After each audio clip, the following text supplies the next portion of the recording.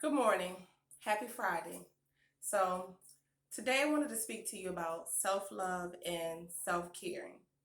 A lot of times, let me start over. So, a lot of people heard about that female basketball player, Brittany's verdict of 9 years over in Russia. And right now I can't think of her last name and I don't want to say it incorrectly, but um, it was heavy on my mind last night. And it helped me to really start thinking about, women and us as black women and how we endure so much, how we go through so much. And when I think about her, I think about how she's feeling at that moment, being in a foreign place, being in a cell.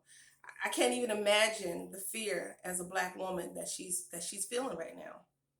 You know, it made me like really think more in depth about my topics, self-care and taking care of our mental, our spiritual, our physical health.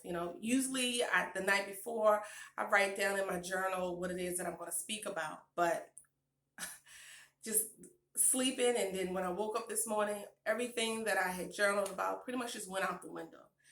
It just it, it just it touched me a different way because I felt sadness. I don't even know her, and I felt sadness for this woman, and I feel for her family. Like, I can only imagine if this was my sister, my daughter, my cousin. You know what I'm saying? So a friend, someone I truly love and care about. So to imagine them, the fear that they are going through and feeling right now, and it really makes me think, without going too deep into that situation, but it really makes me think about like us as women, black, brown, white, whatever race that we are. A lot of times we so busy taking care of someone else, loving on our spouse or our man or our significant other, whoever that may be, our children.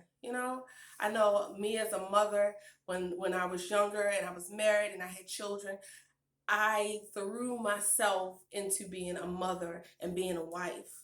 And along the way, I honestly forgot who I was. You know, there were times when I forgot to take care of my health, to to take care of my hair, just even just to put makeup on and fix myself up to make myself feel good.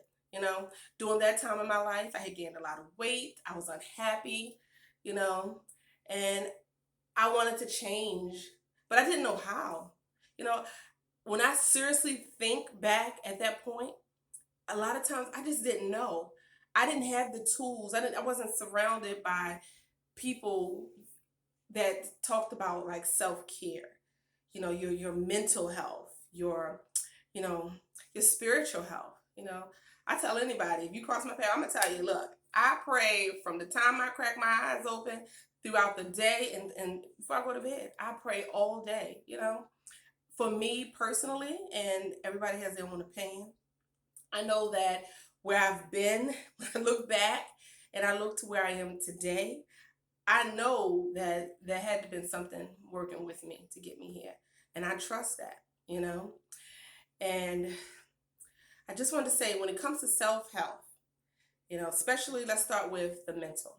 When I made a decision to really dig deep and even changing how I thought, when negative things would happen in my life, I was always the one freaking out and panicking and always just crying. I felt like I spent so much of my 20s crying, and that's how I endured and got through.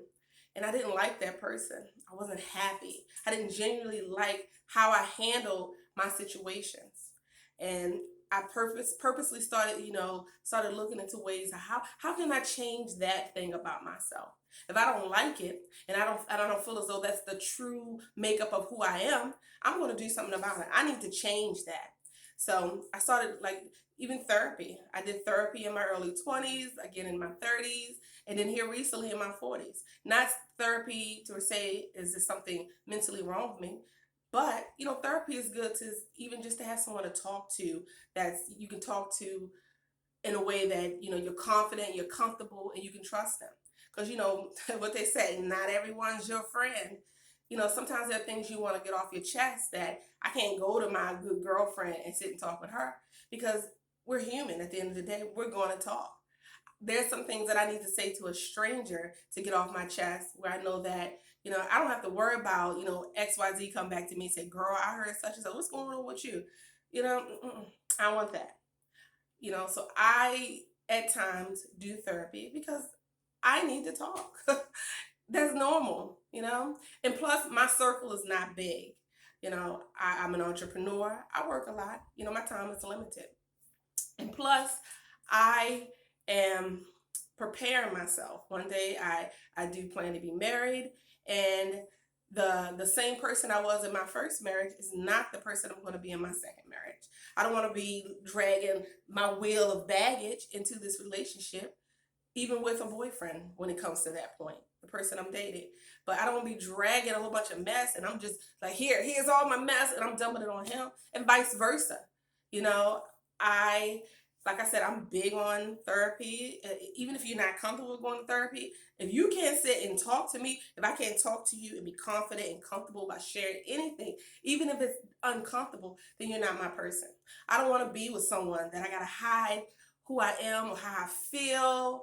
I want to feel free and comfortable and knowing that I love this person completely and whole, and they love me the same, completely and whole. My saying is, I want somebody who loves me from beginning to end. And I say that because on previous videos, I talked about the struggle love and trauma. We all got stuff. Look, I have a encyclopedia of stuff, but I don't live there in my stuff. It's very important that we do things to help us to revive who we are genuinely are inside.